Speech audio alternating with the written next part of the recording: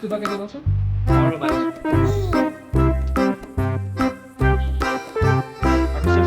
ও ভাই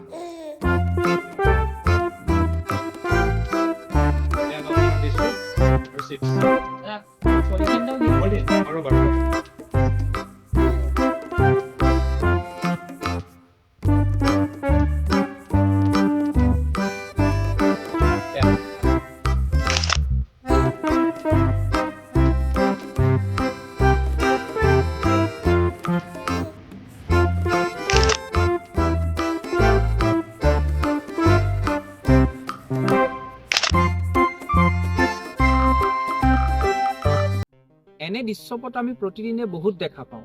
এই যে চিপছৰ পেকেটটো খাই ৰাস্তাৰ কাষতে পেলাই দিওঁ, ৰাতিৰ আন্ধাৰত কোনেও নেদেখাকৈ ঘৰৰ আৱৰ্জনাবিলাক নিজে ৰাস্তাৰ কাষত দম কৰোঁ, ইয়াৰ পৰা কিমান প্ৰদূষণ হৈছে আপুনি ভাবেনে?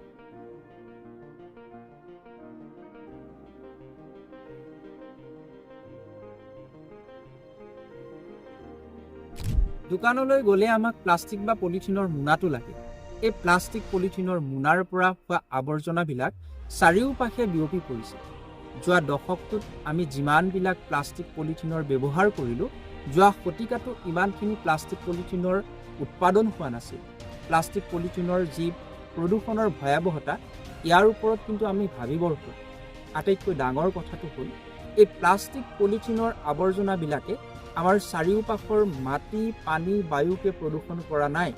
আমি পেলাই দিয়া এই আৱৰ্জনাবিলাক আমাৰ কিছু জীৱ জন্তুৱে যেতিয়া ভক্ষণ কৰে, সেই জীৱ জন্তুবিলাকৰো ডাঙৰ ডাঙৰ বেমাৰ হয় বা কেতিয়াবা হঠাতে সেই ভক্ষণ কৰাৰ পিছত মৃত্যু হোৱা দেখা যায়।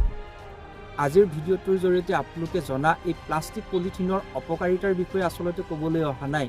আটাইতকৈ ডাঙৰ ভয়াৱহতাটো হ'ল আজিকালি আমাৰ একাংশই এই প্লাষ্টিক পলিথিন পুৰি চৌকা জ্বলায়।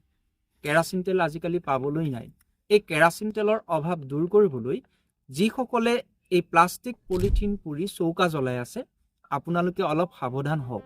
কাৰণ এই প্লাষ্টিক পলিথিন বা এনে আৱৰ্জনাবিলাক পুৰিলে ওলোৱা যি গেছ, এয়া এক বিষাক্ত গেছ, যি আমাৰ হাওঁফাওঁজনিত ডাঙৰ ডাঙৰ বেমাৰ সৃষ্টি কৰিব পাৰে, কৰ্কটৰ দৰে ভয়াৱহ ৰোগ সৃষ্টি কৰিব পাৰে। আমি আমাৰ এই ভিডিঅ'টোৰ জৰিয়তে আপোনালোকক মাত্ৰ সচেতন কৰিবলৈ আহিছোঁ। পাৰিলে ছিংগল ইউজ প্লাষ্টিকৰ ব্যৱহাৰ কম কৰক আৰু চৌকা জ্বলাওঁতে ব্যৱহাৰ কৰি অহা এই প্লাষ্টিক পলিথিন পুৰা অভ্যাসটোৰ পৰা আঁতৰি আহক। ধন্যবাদ। Earth is suffocating under our plastic mistakes. What we throw away never leaves. Its poisons rivers, kills silent leaves, and when burned, turns the air into slow death. Plastic smokes enter our lungs, our blood, and the future of our children. The planet doesn't cry out in words, but in poisoned skies and dying oceans. The fire that burns plastic is not destroying waste. It is burning Earth's last breath.